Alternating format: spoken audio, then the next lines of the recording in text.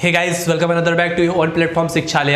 आज हम लोग मैचुरेशन साइकिल के सारे फेज को बाय द डायग्रामेटिक समझेंगे और समझने की कोशिश करेंगे कैसे हार्मोन जो है एक दूसरे को स्टिमुलेट करके मैचुरेशन साइकिल को प्रॉपर वे में चलाता है। तो हम लोग बात करते हैं आज मैचुरेशन साइकिल के डायग्रामेटिक वे को। आप यहाँ पे अभी आपको काफ़ी थोड़ा कंजेस्टेड टाइप का लग रहा होगा, बट मैं जहाँ जहाँ से समझाने की कोशिश करता हूँ आप वहाँ से समझिए, आपको सब कुछ ईजिली पता चलता जाएगा। सबसे पहली बात, ये मैंने 3 लाइनिंग बना करके रखी हुई है, पहले आप इनको समझें। सबसे पहला वाला जो बात है, हम लोग यूटेराइन वॉल पे बात कर रहे हैं, ठीक है। दूसरा जो आप लाइनिंग देख पा रहे हो, सेपरेशन जो देख पा रहे हो, ये क्या है, ओवेरियन हार्मोन के लिए बनाया गया है। और तीसरा जो बनाया गया है, चेंजेस इन ओवेरी के लिए बनाया गया है। आई थिंक ये तीनों चीज़ आपको क्लियर हो गया होगा। अब उसके बाद हम लोग बात करते हैं, ये जो सबसे पहला स्टेज आप देख रहे हो, यहाँ से भी सेपरेशन है, इस तरीके से भी ऐसे सेपरेशन चलेगा, ठीक है। फर्स्ट सेपरेशन की हम लोग बात करते हैं, तो यहाँ पे आप देख पा रहे हो कि मैंने पहले बताया था कि पहला जो फेज होगा वो मैचुरेशन फेज होगा, मतलब कि वेजाइना से ब्लड का लॉस होता है। तो वो लॉस कैसे होगा कि यहाँ जो आप देख पा रहे हो, ये decreasing order, that is the vaginal bleeding loss, ये मैचुरेशन फेज है। और ये मैचुरेशन फेज क्यों होता है, और इस टाइम पे जो ये प्रोजेस्टेरॉन जो आप ये देख पा रहे हो, जो ये लाइनिंग देख पा रहे हो, दिस इज प्रोजेस्टेरॉन हार्मोन। मतलब जब मैचुरेशन फेज होता है तो ये जो प्रोजेस्टेरॉन हार्मोन है ये बिल्कुल लो रहता है, इस वजह से मैचुरेशन फेज स्टार्ट रहती है। और यहाँ पे एकदम आप यहाँ पे देख पा रहे होगे कि इस पीरियड में मैंने लिख कर भी रखा है लो प्रोजेस्टेरॉन, ठीक है। अब ये जो चीज़ें हैं, ये लो प्रोजेस्टेरॉन हो गया, यहाँ पे पूरी थिकनिंग हो गई यूटेराइन वॉल की, टूट करके ये चीज़ बाहर आ गई। अब इसके बाद ये वाला फेज हम लोगों ने जान लिया कि मैचुरेशन फेज है। फिर उसके बाद इसका सेपरेशन देखते हैं, ये विदिन हम लोगों ने बात किया था 3 से 4 दिन के लिए होता है, जो कि जिसको हम लोग पीरियड भी बोलते हैं, ठीक है। उसके बाद हम लोग नेक्स्ट स्टेज पे आते हैं। नेक्स्ट स्टेज पे बात करते हैं, तो ये जो लो प्रोजेस्टेरॉन है ये स्टिमुलेट करेगा। देखिए यहाँ पे सब कुछ, सारा जो मेन कंट्रोल है वो पिट्यूटरी ग्लैंड का होता है। ये भैया इसको जाकर के बताएंगे कि ऐसा है कि इसको स्टिमुलेट किए, स्टिमुलेट करके क्या बनाने के लिए बोले, फॉलिकुलर स्टिमुलेटिंग हार्मोन बनाने के लिए बोले। ये फॉलिकुलर स्टिमुलेटिंग हार्मोन बनाना स्टार्ट किया और बना करके भेजा, ठीक है। तो हम लोग अब यहाँ पे बात कर रहे हैं second stage, that is the follicular phase. Follicular phase में क्या हो रहा है, ये प्राइमरी हमारा फॉलिकल है, ये चेंज हो रहा है किसमें, ग्राफियन फॉलिकल में चेंज हो रहा है। प्राइमरी से ग्राफियन में चेंज हो रहा है, तो प्राइमरी से ग्राफियन में चेंज हो रहा है, तो यहाँ पे एस्ट्रोजन प्रोड्यूस होगा, एस्ट्रोजन लेवल यहाँ पे प्रोड्यूस होगा, और एस्ट्रोजन का जो लेवल होगा वो काफ़ी ज़्यादा हाई रहेगा। तो यहाँ से हम ये जो ग्राफ देख पा रहे हैं, ये आपको इंक्रीजिंग ऑर्डर में दिख रहा होगा काफ़ी ज़्यादा। तो this is the estrogen level, okay, and the estrogen level is very high in the follicular phase by the formation of Graafian follicle. और ये आप यहाँ पे देख पा रहे हो, जो यहाँ पे ब्लीडिंग हुई थी, जिस तरीके से ब्लीडिंग लॉस हुआ था वेजाइना से, ये जो आप थिकनिंग देख पा रहे हो, ये फिर अपने आप को रिपेयरिंग का काम करता है। यहाँ पे रिपेयरिंग प्रोसेस चलती है, और इसका जो वॉल है यहाँ पे आप थिकनिंग होता हुआ देखेंगे, ये उतना ज़्यादा थिक नहीं होता है। मैं बताऊंगा किस स्टेज में ये सबसे ज़्यादा थिक हो जाता है, बट ये इससे आप थिनर देख पा रहे होंगे, ठीक है।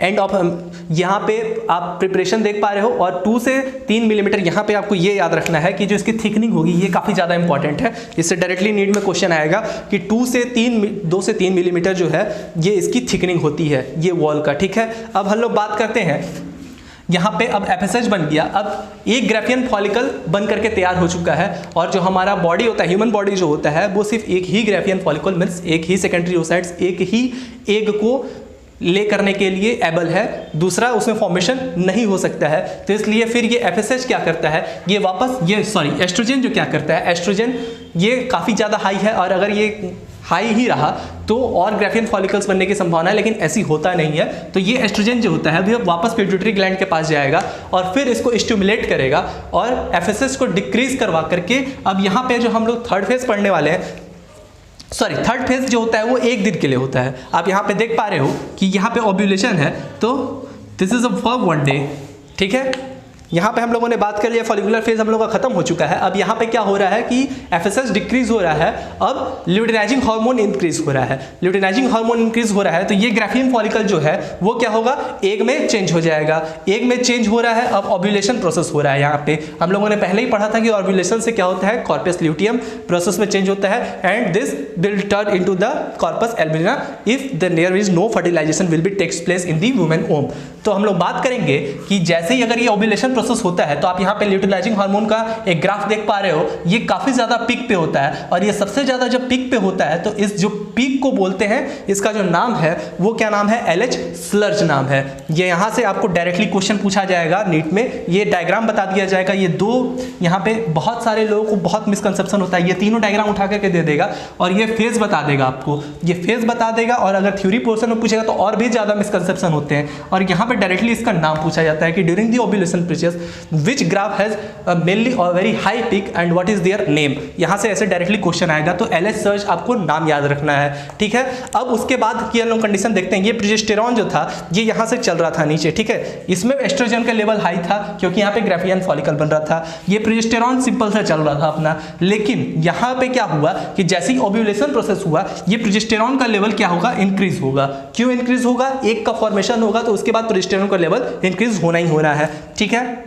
अब यहाँ पे आप देख पा रहे हो ये थर्ड स्टेज खत्म हो चुका है, ओव्यूलेशन खत्म हो चुका है और अब हम लोग अपने लास्ट स्टेज पे हैं, दैट इज ल्यूटियल फेज। अब ल्यूटियल फेज में क्या होगा कि आप यहाँ पे जो इसकी थिकनिंग देख पा रहे हो, ये थिकनिंग काफी ज्यादा हाई हो जाती है, इसको मेजर नहीं किया जा सकता है, ठीक है। मतलब आप यहाँ पे 2 से 3 मिलीमीटर की थिकनिंग देख रहे थे, ये काफी ज्यादा आप इसको यहाँ पे डेंस और काफी ज्यादा हाई थिकनिंग देख पा रहे होगे।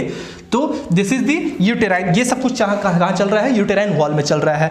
यहाँ हार्मोन की अगर बात करें तो प्रोजेस्टेरॉन अपने पीक लेवल पे जा रहा है और अगर यहाँ पे एक का फॉर्मेशन हो चुका है, मतलब ये कंडीशन नहीं बनता है, अगर मतलब टूटने का, रप्चर्ड होने का कंडीशन अगर नहीं बनता है, स्पर्म अगर यहाँ पे आकर के पेनिट्रेट कर चुका है और एक बन चुका है, तो क्या होगा कि ये जो प्रोजेस्टेरॉन आप देख रहे हो, मैंने इसको कॉन्स्टेंटली बनाया हुआ है, तो ये जो प्रोजेस्टेरॉन है ये विद इन द 9 मंथ्स आपको ये कंप्लीटली ये ऐसी इसी स्टेज में जाएगा, मतलब इसका कहीं भी स्लोअर डाउन नहीं होगा फोर्थ फेज के बाद, ठीक है। लेकिन यहाँ पे दूसरा कंडीशन ये आता है कि स्पर्म का पेनिट्रेशन नहीं हुआ, क्योंकि हम लोग मैच्योरेशन साइकिल पढ़ रहे हैं। तो 15 दिन के बाद, मतलब यहाँ पे 14 दिन तक कंप्लीट हो चुका है, ओव्यूलेशन हो चुका है। 15वें दिन से, जैसा कि हम लोगों ने पिछले वीडियो में भी बात किया था, 15 दिन से 28 दिन तक क्या चलता है, ल्यूटियल फेज चलता है। अब देखो यहाँ पे क्या होगा कि यहाँ पे ये बन चुका है एल्बुजिना, ठीक है, मतलब इसका रप्चर्ड हो चुका है। अब ये रप्चर्ड हो चुका है तो मतलब है कि प्रोजेस्टेरॉन का कुछ काम अब रहा नहीं है, ठीक है। तो यहाँ पे फर्टिलाइजेशन होगा तो ये पीक पे चलता रहेगा और अगर फर्टिलाइजेशन नहीं होगा तो आप यहाँ पे एक ग्राफ देख पा रहे होगे, ये डाउन कर जाएगा। This is the progesterone another graph, okay.